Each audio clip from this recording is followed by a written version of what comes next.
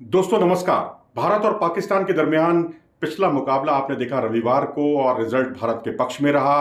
और अब super four में दोनों टीमें पहुंच गई हैं और A1 और A2 टीमों के बीच मुकाबला यानी भारत और पाकिस्तान के बीच मुकाबला होने जा रहा है रविवार को। और यहां इस मुकाबले को लेकर भारत और पाकिस्तान में जबरदस्त रोमांच है। लेकिन उससे पहले कुछ खबरें भी ऐसी आई हैं जो शायद कोई भी क्रिकेटर या कोई भी टीम नहीं चाहेगी कि उसकी टीम के साथ ऐसा हो। शाहनवाज दहानी इस मुकाबले में नहीं खेलेंगे, वो इंजर्ड हैं। और वहीं रविंद्र जडेजा भी इस मुकाबले में नहीं खेलेंगे, बल्कि एशिया कप से वो बाहर हो गए हैं। तो ये खबरें थोड़ी सी चौंकाने वाली जरूर हैं, लेकिन इस पूरे मसले पर हमने पाकिस्तान में 24/7 उर्दू न्यूज के वरिष्ठ खेल पत्रकार बाबर हयात साहब से बात की। और बाबर हयात साहब ने जो बातें कही और प्रेडिक्शन दिया अपना 55-45 का, किसके पक्ष में दिया ये हम आपको इस वीडियो में बताएंगे।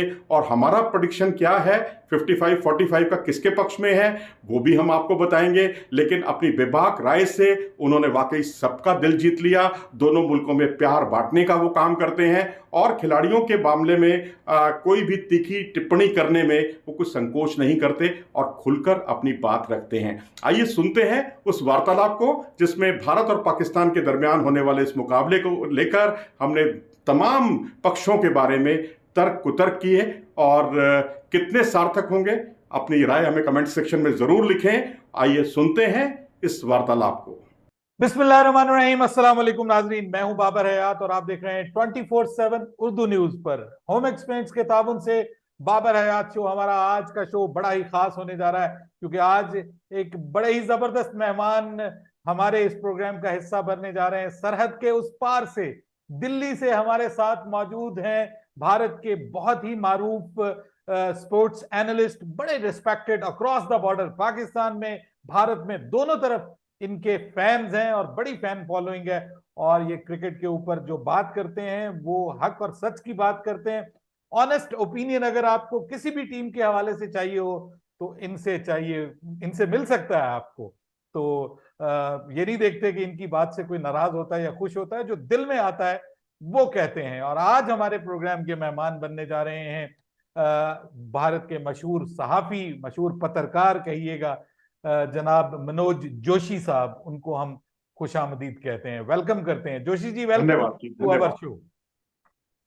Thank you ji, thank you so much जी।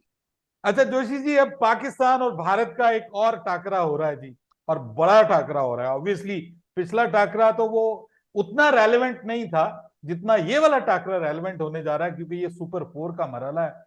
और इस मरहले में अब पाकिस्तान और भारत को एक दूसरे का सामना है और दोनों को एक दूसरे की खामियों का भी पता चल गया, एक दूसरे की अच्छाइयों का भी पता चल गया। तो कैसे देख रहे हैं आप इस मैच को लेकर के? क्या माहौल है भारत में इस वक्त, पाकिस्तान वर्सेस इंडिया?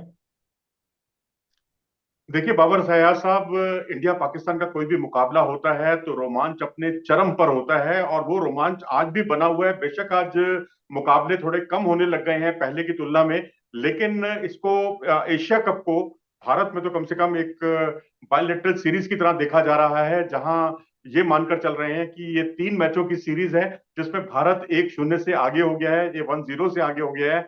और यहाँ अगर पाकिस्तान अगर जीतता है तो, या भारत भी अगर जीतता है मान लीजिए, तो ये सीरीज खत्म नहीं होगी। मतलब आमतौर पर होता है कि बायलैटरल सीरीज में जो 2 मुकाबले जीत जाता है वो सीरीज जीत जाता है, लेकिन यहाँ ऐसा नहीं होगा क्योंकि उसके बाद भी फाइनल मुकाबला भी बाकी है।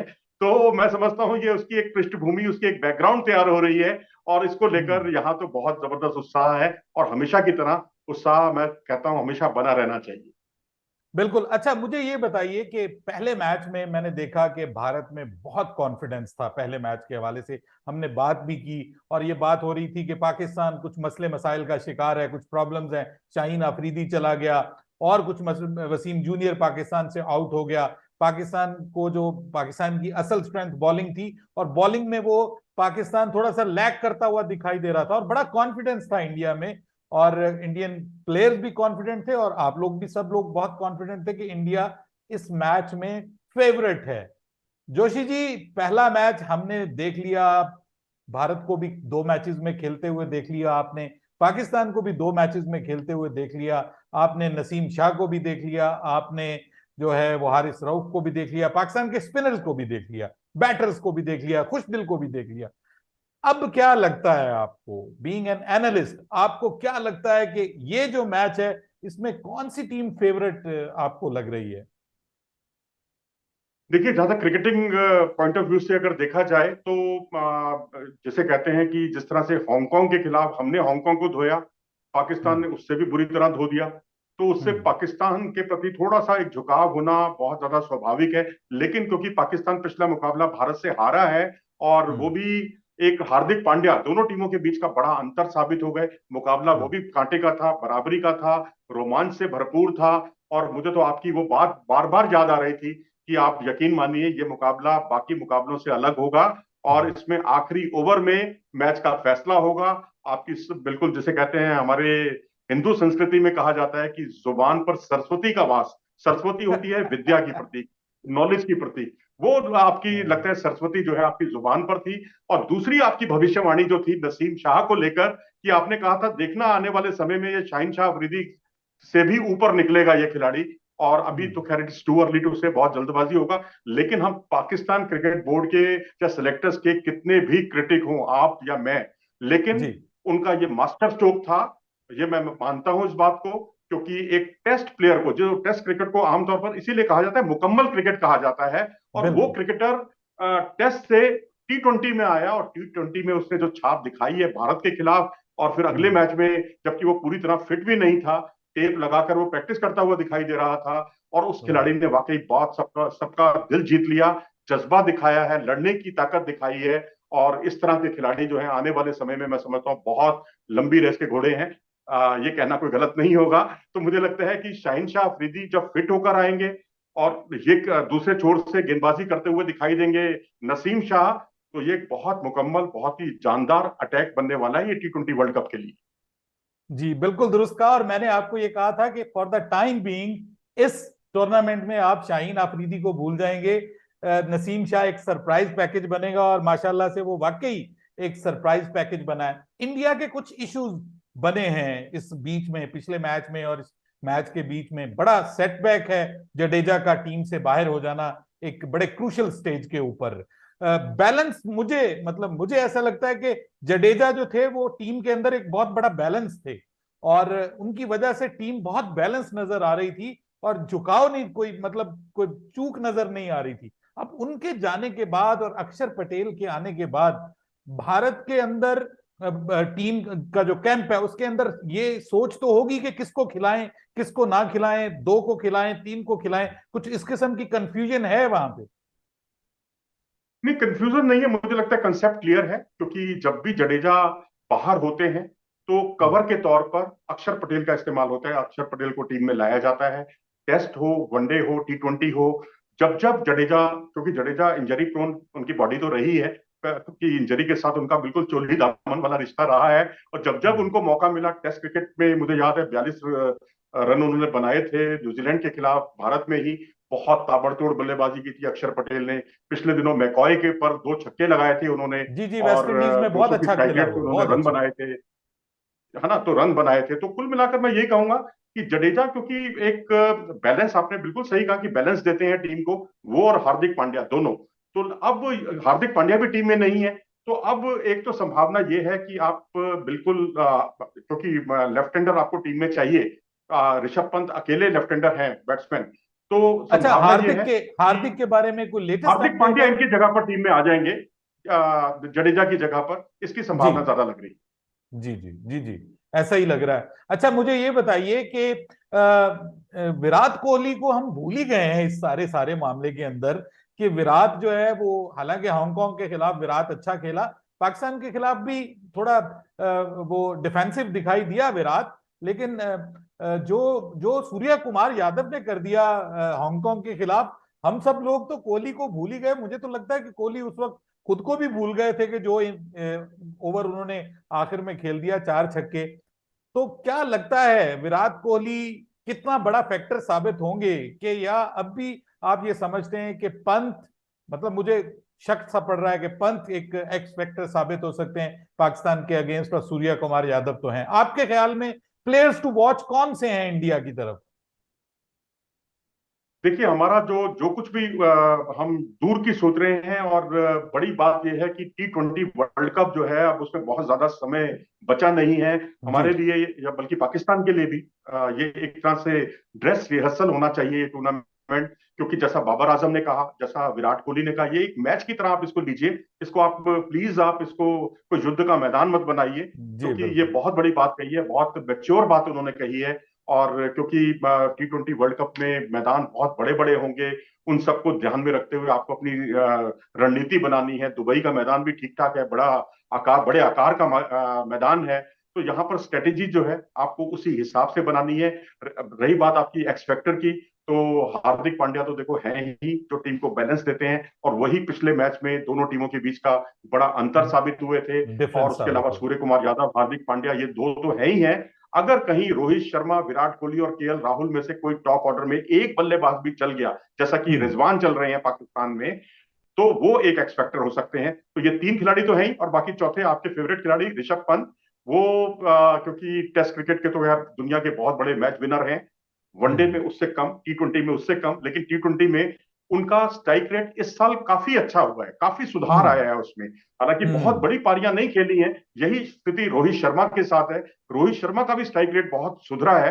तो मैं तो हम्म। पहली बार देख रहा हूं, जब भारत ने 15 साल पहले T20 वर्ल्ड कप जीता था, उसके बाद ये पहला मौका है, पहला वर्ष मैं देख रहा हूं जिसमें ज्यादातर खिलाड़ियों के स्ट्राइक रेट 150 से ऊपर पहुंच गए हैं। तो ये हम्म। पहले कभी नहीं हमने देखा। तो ये भारत के लिए बहुत अच्छा साइन है। इसका मतलब है कि हम जो गहराई है बैटिंग में, 8वें 9वें हम्म। नंबर तक आप बल्लेबाजी करते हुए देख सकते हैं। दिनेश कार्तिक को तरजीह दी गई पहले मैच में ऋषभ पंत पर। तो हम्म। जाहिर सी बात है कि हम जो है, कोशिश हमारी यही होगी कि यहाँ जो बल्लेबाजी है, स्ट्राइक रेट पर ज्यादा ध्यान दिया जाए। और T20 क्रिकेट में ये थोड़ा सा एक वीक पॉइंट मैं कहूंगा पाकिस्तान का है, क्योंकि प्लेयर टॉप ऑर्डर बहुत अच्छी फॉर्म में है, लेकिन स्ट्राइक रेट के मामले में अगर आप देखेंगे और स्पिनर्स के खिलाफ अगर देखेंगे, अगर आप पिछले T20 वर्ल्ड कप जो 2021 में हुआ था यूएई में, उसके हम्म। बाद से पाकिस्तानी खिलाड़ियों का खासकर स्पिनर्स के सामने परफॉर्मेंस, स्ट्राइक रेट, हम्म। परफॉर्मेंस नहीं मैं कहूंगा, स्ट्राइक रेट काफी गिरा काफी है। कम है। तो ये अच्छा, थोड़ा सा भारत ये को थोड़ा इशू सा है। एज देता है इस मामले में। ये बिल्कुल बिल्कुल और भारत को पाकिस्तान स्पिन। के पक्ष में यह है कि टॉप ऑर्डर चल रहा है, लगातार रन बना रहा जी बिल्कुल। और अब सिर्फ टॉप ऑर्डर ही नहीं, बल्कि हमें नीचे से मिडिल ऑर्डर भी हमें चलता हुआ दिखाई दे रहा है। और फिर नीचे से खुशदिल शाह जो हैं, वो एक बड़ा सरप्राइज पैकेज साबित हुए हैं, जो उन्होंने गुज़िश्ता मैच में हांगकांग के खिलाफ जो आखिरी ओवर में उन्होंने 4 छक्के लगाए और याद ताजा कर दी सूर्या कुमार यादव की। बिल्कुल वैसे ही पाकिस्तान समझ लीजिए 193 किया, इंडिया ने 192 किया था। तो लोग कह रहे थे कि ये बिल्कुल वैसे ही कॉपी कर दिया उन्होंने मैच की सिचुएशन को। अच्छा, मुझे ये बताइएगा कि आपको क्या लगता है कि पाकिस्तान का जो इस वक्त एक मसला बना है, अभी 1 घंटा पहले खबर आई है कि शाहनवाज धानी जो है वो अनफिट हो गए अनफॉर्चुनेटली, और वो इंडिया वर्सेस पाकिस्तान मैच के लिए अवेलेबल नहीं होंगे। आपको क्या लगता है क्या होना चाहिए? पाकिस्तान के पास दो ऑप्शंस हैं, हसन अली या मोहम्मद हसनैन। आपको क्या लगता है कि किसको पाकिस्तान को शामिल करना चाहिए? देखिए जी, मुझे तो लगता है इस वक्त, क्योंकि ठीक है हसन अली बहुत अच्छी फॉर्म में नहीं चल रहे हैं, लेकिन तजुर्बेकार खिलाड़ी हैं, बहुत अनुभवी खिलाड़ी हैं। और हम्म। अगर वो मतलब, मुझे तो, मैं मान के चल रहा हूं कि उनकी जगह पे शायद रिप्लेसमेंट हसन अली होने वाले हैं। लेकिन हम्म। हसनैन जो है ना, उनके पास गति बहुत है, स्पीड बहुत है। लेकिन हम्म। एक सच ये भी है कि उनके एक्शन पर विवाद उठा था पिछले दिनों। और ये हम्म। एक पुराना, दुनिया भर का, हिंदुस्तान पाकिस्तान नहीं, पूरी दुनिया भर का एक वो रहा है, फलसफा रहा है, या एक हम्म। तजुर्बा रहा है कि जो भी खिलाड़ी जिस पर आईसीसी का कोई एक्शन उठता है, एक्शन पर विवाद उठता है, कंट्रोवर्सी उठती है, उसके बाद हम्म। जब खिलाड़ी क्लियर होता है, तो उसके बाद वो उतनी ज्यादा पहले की तरह नेचुरल गेंदबाजी नहीं कर पाता। नहीं कर फिर आप पाता, प्रेशर में दूर क्यों होता है। जाते हैं, आप शोएब मलिक को देखिए। शोएब मलिक जी। बहुत बढ़िया ऑफ स्पिनर हुआ करते थे एक जमाने में, लेकिन जी। उसके बाद कितने ही मैच थे उन्होंने गेंदबाजी ही नहीं की, ऐसे बल्लेबाज खेले। और आज की अगर हम्म। पीढ़ी से पूछें, तो वो आज की जनरेशन तो ये कहेगी शोएब मलिक क्या बॉलिंग भी करते थे, वो उनको बल्लेबाजी मानती है। लेकिन हम्म। क्योंकि उनके गेंदबाजी के एक्शन पर विवाद उठा था, आईसीसी ने उंगली उठाई थी, उसके बाद हम्म। वो बहुत फूक फूक के, कहते हैं ना, दूध का जला छाछ भी फूक फूक के पीता है। फूक वो फूक शायद इसलिए पीता है। गेंदबाजी करना ही उन्होंने छोड़ दिया था।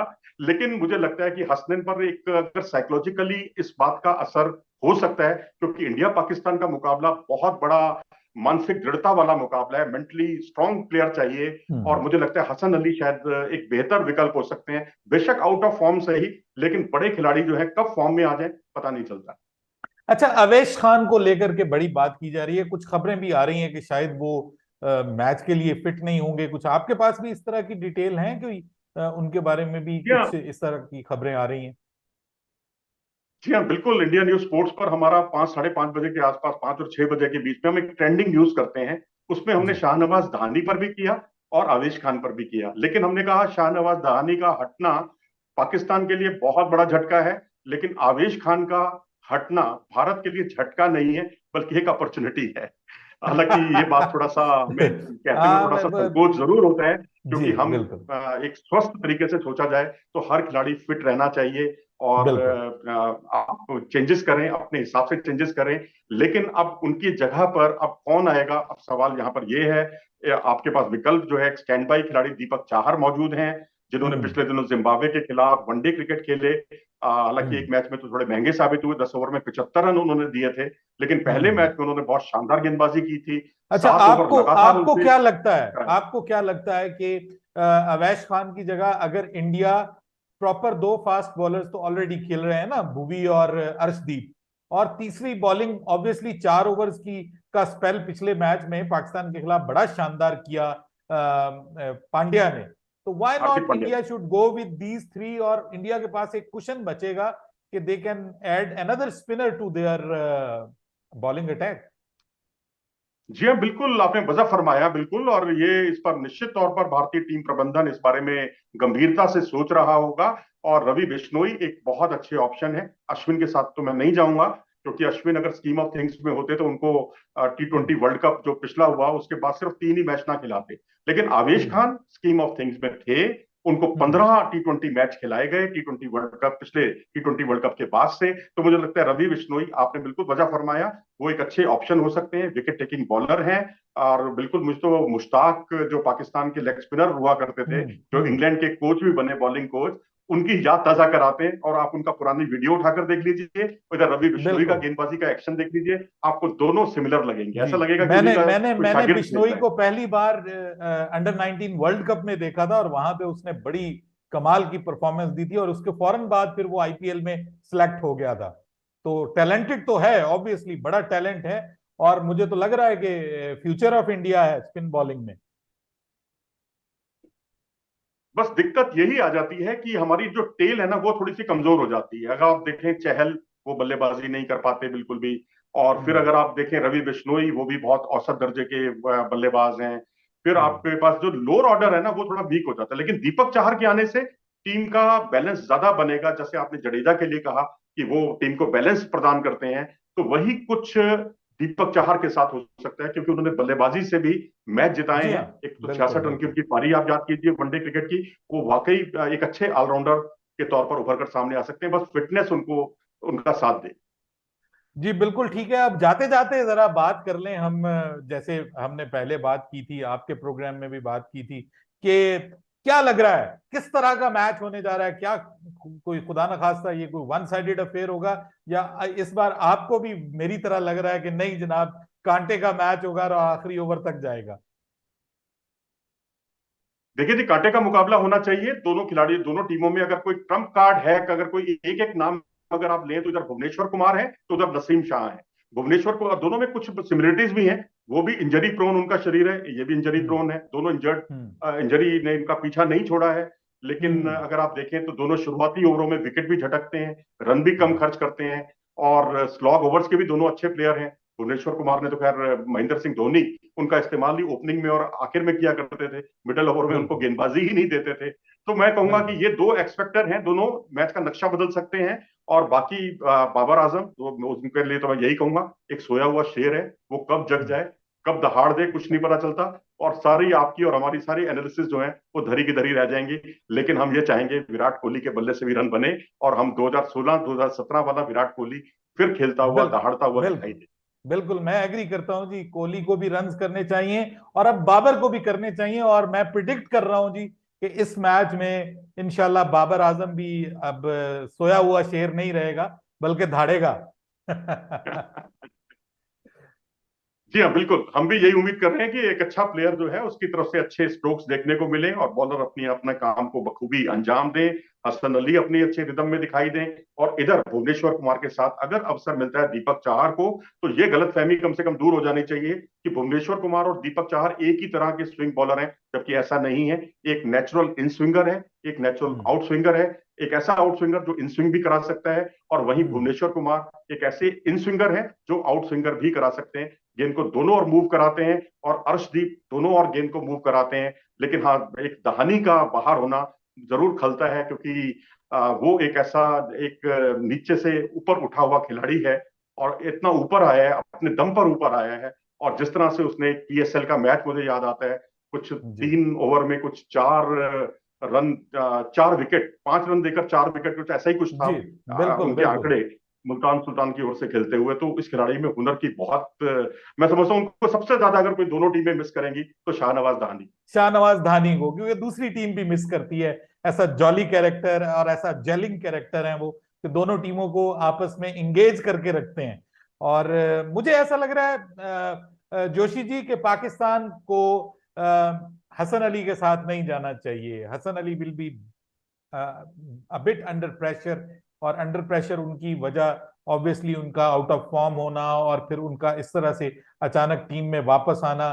तो मुझे ऐसा लगता है कि Pakistan will be going with Mohammad Hasnain, और फिर मुझे ऐसा भी लगता है कि मोहम्मद हसनैन भी एक बड़ा डिफरेंस साबित हो सकते हैं, क्योंकि मोहम्मद हसनैन को इंडिया अभी तक खेला नहीं है। तो इंडियन बॉलर्स के लिए, बल्लेबाजों के लिए वो भी सरप्राइज पैकेज बन सकते हैं। चलिए, उम्मीद कीजिए, ये तो अब समय बताएगा कि कौन खेलेगा। लेकिन ये मेरा व्यक्तिगत, मेरा पर्सनल निजी मेरी राय है कि हसन अली के पास हसन तजुर्बा अली है, को होना। वो अपनी तमाम कमियों पर काबू पा सकते हैं। हसनैन एक युवा जोश है। अब युवा जोश कितना, अगर अपना हालिया घटनाक्रम जो है उसको अपने ऊपर हावी नहीं होने देता तो बहुत अच्छा होगा। तो आप देखिए, आपकी बात पूरी होती है, हमारी बात पूरी होती है, किसी चलिए की भी बात लेट्स पूरी सी, हो, क्रिकेट की जीत होनी लेट्स सी। चाहिए इस पे और इस पे मैच इस पे रोमांच से भरा क्रिकेट की हुआ होना जीत होनी चाहिए। चाहिए, बिल्कुल मैच इंटरेस्टिंग होना चाहिए और आखिर दम तक जाना चाहिए। बिल्कुल आखिर में 50-50 या 50-60 या 55-45, क्या देख रहे हैं चांसेस?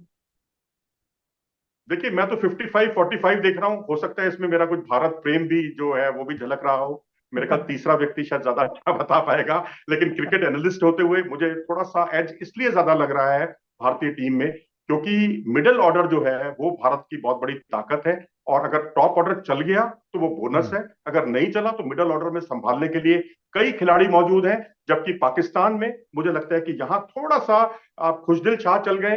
लेकिन वही बात है कि क्या सारे जो पावर हिटर है, क्या वो सारे पावर हिटर चलेंगे? इसको लेकर थोड़ा सा लेट्स एक सी, लेट्स उंगली सी उठाई एंड जा होप सकती फॉर है। The best. और मेरी मेरी prediction 55 for Pakistan and 45 for India, बिल्कुल मैं भी उसी तरह पे हूँ। तो अब मेरा और आपका मुकाबला है, देखते हैं क्या होता है। और इंशाल्लाह जब ये मैच खत्म होगा कल, तो उसके बाद फिर कोशिश करेंगे आपके चैनल पे या मेरे चैनल पे हम एक बार फिर जुड़े और फिर डिस्कस करें कुछ अच्छी चीजों को मैच के अंदर। और जोशी जी, आपसे मिलके और आपसे बात करके हमेशा बहुत अच्छा लगता है। ठंडी ठंडी हवाएं आती हैं और जनाब, क्रिकेट को क्रिकेट समझकर देखने वाले और खेलने वालों के आप पसंदीदा हैं, इसलिए हम आपसे बहुत ज्यादा इंस्पायर्ड हैं। Hopefully we will be meeting very soon. Thank you for coming ठीक एंड है। Joining our show. बहुत बहुत धन्यवाद जी, आप बहुत बहुत बहुत धन्यवाद। शुक्रिया नमस्कार। जी। नमस्कार, खुदा हाफिज।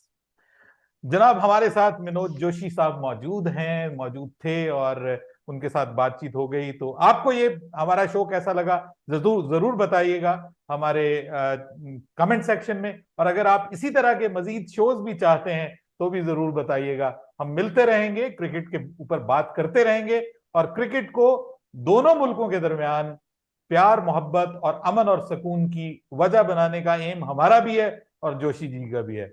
उम्मीद है कि हम इसमें कामयाब होंगे। इजाजत दीजिए, अल्लाह हाफिज।